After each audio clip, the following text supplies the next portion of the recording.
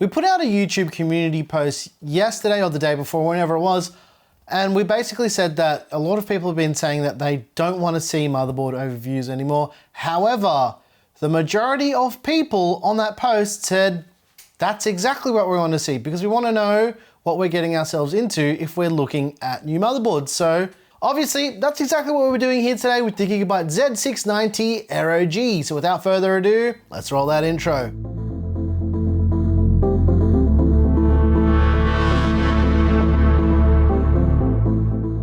As usual with these motherboard videos on the channel, these videos are not reviews. People are like, oh, it's a great review. They're not reviews. They're just overviews, so we can take a bit of a closer look at everything that comes in the box of the brand new board and everything that's physically on the board, because I've got it right here in front of me and you guys might not have that. So we get up and close and personal with the board to take a bit of a closer look. But first, let's unbox the thing and then we'll do the other thing, which is take a closer look. All right, ladies and gents, let's take a look at the Gigabyte Z690 Aero G, a board that is really focused on content creation. But first of all, let's get that motherboard out of the box so we can take a bit of a closer look at all the things that come with the Aero G, and there's actually not that much here. First off, we've got the Wi-Fi antenna for the built-in Wi-Fi on this motherboard. Next up, we've got a set of SATA or SATA cables for your 2.5-inch SSDs or your spinning rush drives. There's a set of M.2 screws on this board. There's a total of 4 M.2 slots on this board, which we're going to show a little bit later on in the video. There's also this little microphone. Now, this microphone listens to the acoustics inside of your system and can tune the fans based on how loud your system is inside of the case. It's a cool little thing that Gigabyte does with their motherboards.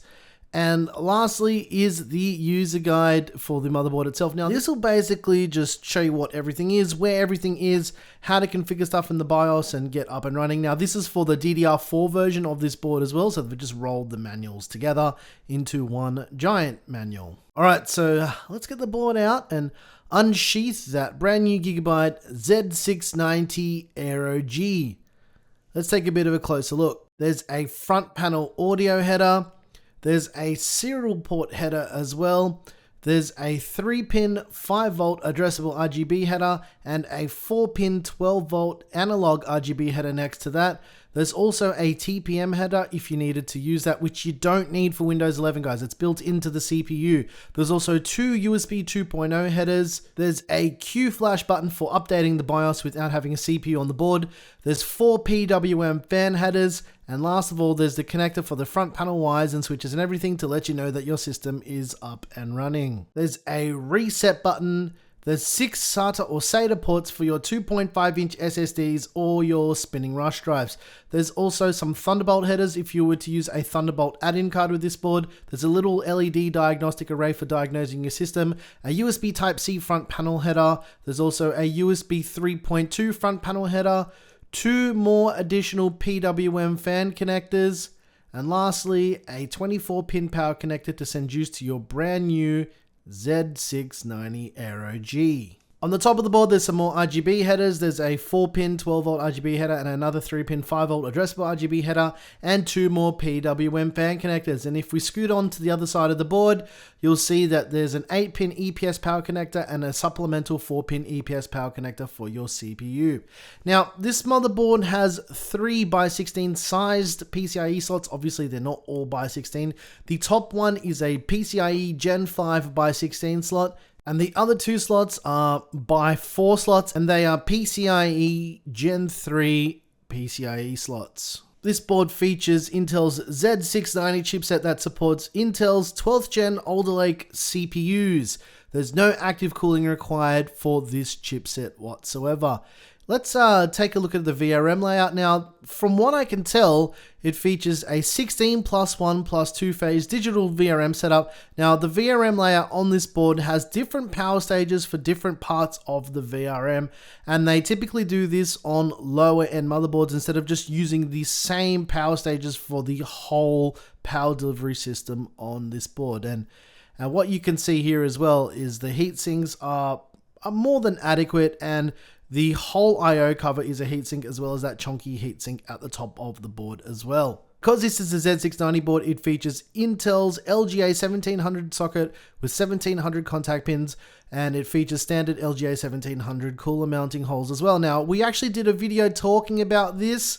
I'll put it in the top right hand corner right now and in the description, and we talk about all different types of mounting solutions and adapter kits that you can get at the present time of filming this video. Now, we flip the board over to take a look at the back side of the board. You can see there's not a lot going on here. It doesn't have a back plate, but again, you can see that LGA 1700 cooler mounting. Now, this board supports up to 128 gigs of DDR5 memory, up to 6,000 mega transfers. And let's just take the heat sinks off the M.2 slots on this board, because much like other Z690 boards, we will see that this has a lot of storage potential. So this board has 4 PCIe Gen 4 M.2 slots.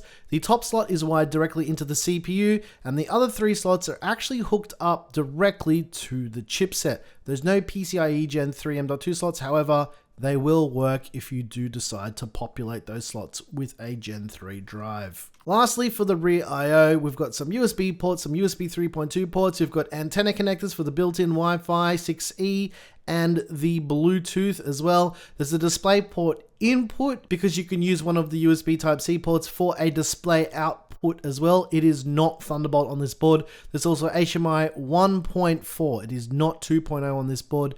There's 2.5 gigabit Ethernet, a line out jack, a microphone jack, and SPDIF for 7.1 digital surround sound with optical and an integrated I/O shield. All right, ladies and gents, I hope you enjoyed this bit of a first look and overview of the Gigabyte Z690 Aero G. It's Z in Australia. It's Z across the rest of the world. Only America says Z, guys. That's the truth. Only one country. The rest is Z. Like literally the whole rest of the planet. Z. It's Z. Zed's dead. Zed's dead, baby. This board is interesting and also quite confusing at the same time. The Aero series, which used to be the Vision series, I don't know why they changed it. Maybe it was to do with like copyright with Marvel and Vision. Maybe that's what it was. Do you reckon? Something weird like that? I don't know. I reckon Vision sounded so much better than Aero. Aero sounds kind of boring. Anyway, the problem I have with these Aero boards or Vision boards or whatever you want to call them is they're designed for content creation, but none of them have 10 gigabit Ethernet. That doesn't make sense to me. I don't know many serious creators who don't use 10 gigabit Ethernet. I don't want to have to plug in another PCIe card for that. Why can't it just be on the motherboard like some of the other boards, like the Master or the Extreme or whatever? I don't think it costs that much extra to include 10 gigabit Ethernet if you're quite literally buying 100,000 Ethernet controllers at a time. So like, please give us 10 gigabit Ethernet on these creator boards, because if you do that, people like me are actually more likely to use them for creating content. There's one last sneaky bit of peel left on here, Claire. And it's the annoying bit. Live Peel Corp.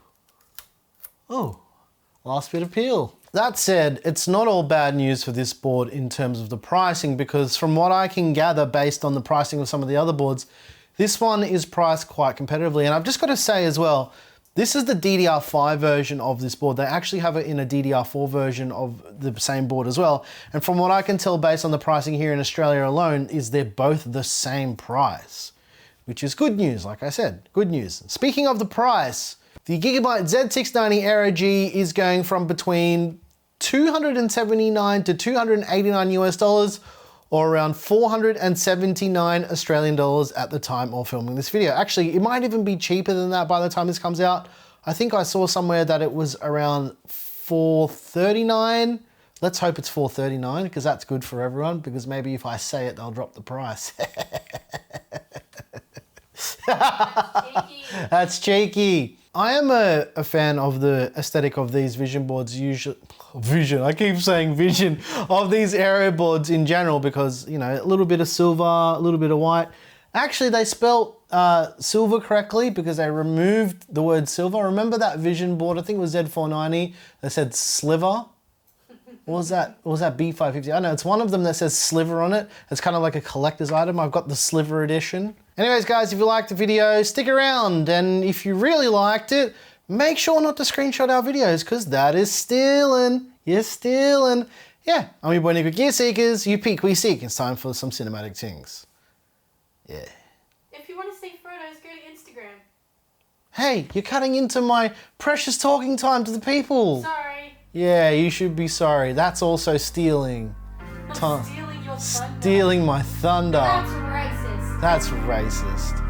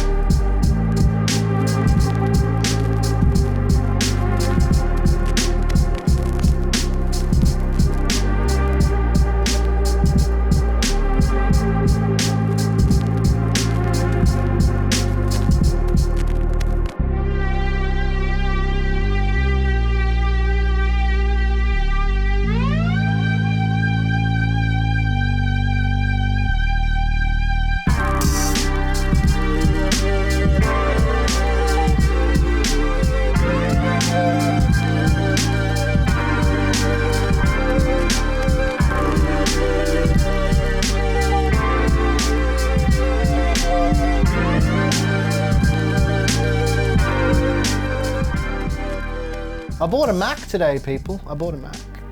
I bought it yesterday, but I bought a Mac. We're doing a video about a Mac. But not a new Mac. New Macs are boring. An old Mac. Old Macs are fun. Pre-Intel, in fact. I'm gonna do a whole series about this thing because I'm gonna pimp it out. And this bit of the clip will never get used.